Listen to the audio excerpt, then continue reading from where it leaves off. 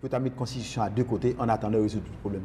Est-ce que David, ça t'a fait? Bon, écoutez, il y a deux notions, deux philosophies constitutionnelles. Première philosophie, la constitution est un tout.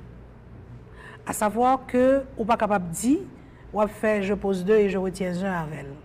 Ça veut dire que on appliquer la totalité des articles de la Constitution. Sinon, il n'est pas valable. Ça, c'est la première philosophie. La deuxième philosophie, c'est que même s'il y a une situation exceptionnelle et que ou pas de provision constitutionnelle pour faire face à la situation, ça ne veut pas dire que reste constitution n'est pas valable. Et c'est dans cette situation ça que nous y est.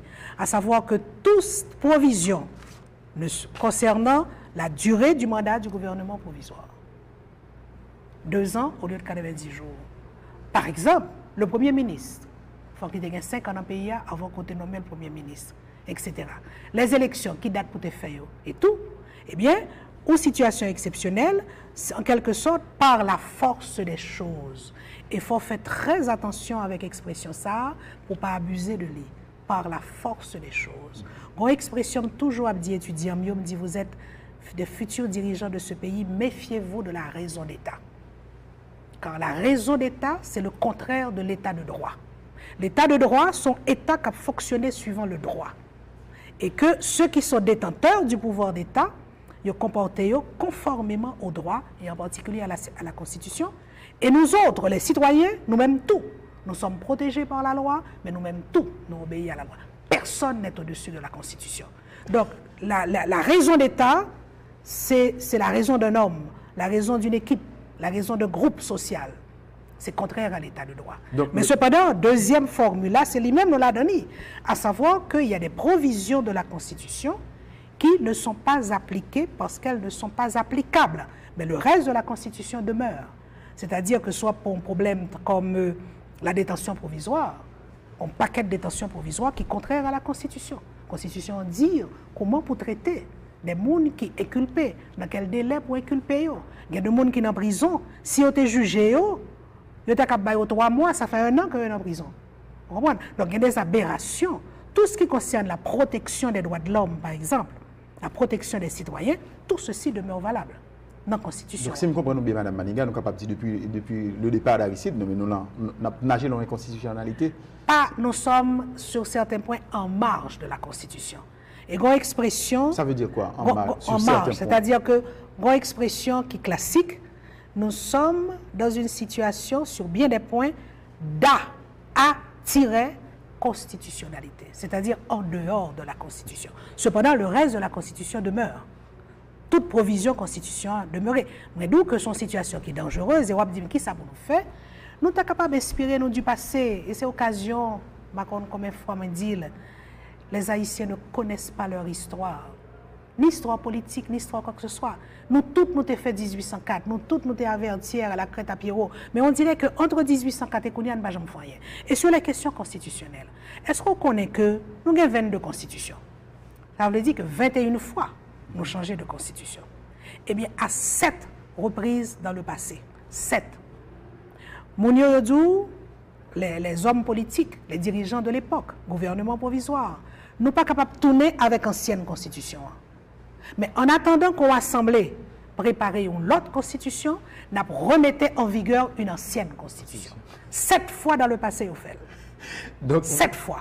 Autrement dit, c'était une formule. Ils ont pensé à ça. Mais cependant, il était dit, ils ne sont pas capables de mettre 1983, ils ne sont pas capables de mettre 1950. Quand pile le monde qui n'était pas pensé à la Constitution de 1889, l'immortel, mais l'immortel là, il n'est pas adapté à la conjoncture du moment. Ouais. Merci Mme Maniga. Donc si vous comprenez bien, nous prenons une mauvaise habitude, un mauvais goût et à jouer avec Samta Kabri, les bagailles sérieux, les bagailles qui concernent l'avenir du pays. Ça. Et Constitution, c'est une. Là, ça nous prend habitude de jouer avec eux. En fonction de ça, Mme Maniga se t'expliquer nous là, et j'en ai pratiqué le journée jeudi en l'autre fois encore. Nous avons une petite pause, nous allons retourner à ce débat avec Mme Maniga, donc nous demandons pour une petite pause avec nous. À tout à l'heure.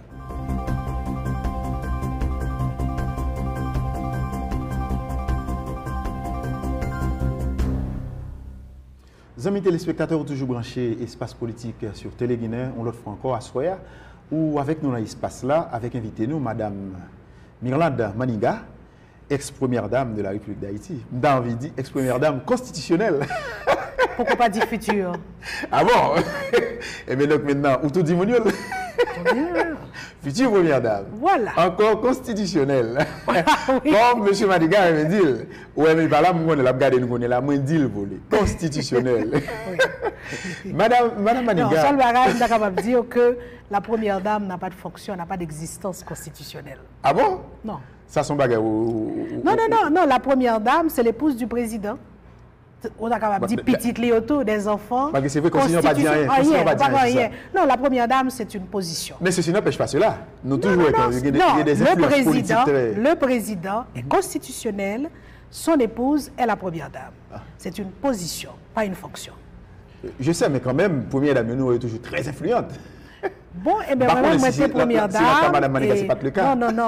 Dans le passé et dans le futur, la première, et c'est son pareil que nous sommes tout à fait d'accord sur lui, c'est-à-dire la première dame n'a pas de fonction.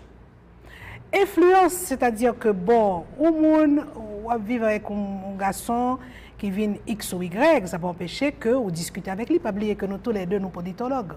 Tous les deux, nous n'avons pas intéressé aux questions constitutionnelles et politiques du pays. C'est tout à fait normal que nous discutions. Mais la première dame n'assiste pas au Conseil des ministres. La première dame ne nomme personne. La première dame n'a personne, n'a pas aucun ministre du gouvernement. Maniga Célestin qui est capable de dire que nous voyons un lettre baillot, dit nommé. Mais il y a l'autre qui disait, derrière le président, il faut chercher la femme qui gouverne. Non, pas du tout. La femme ne gouvernait pas. Donc, comme je dis, il y avait un couple présidentiel, mais pas un couple à la présidence de la République. C'est différent. C'est différent. Ouais. Madame Maniga, nous avons tiré la Constitution pour nous sortir tout de suite. Parce que je pensais qu'il y a quelques autres points, mais je voulais prendre avec vous. Maintenant, je vais aller à l'article 8.1 Constitution. M'appelle qui dit « Le territoire de la République d'Haïti est inviolable.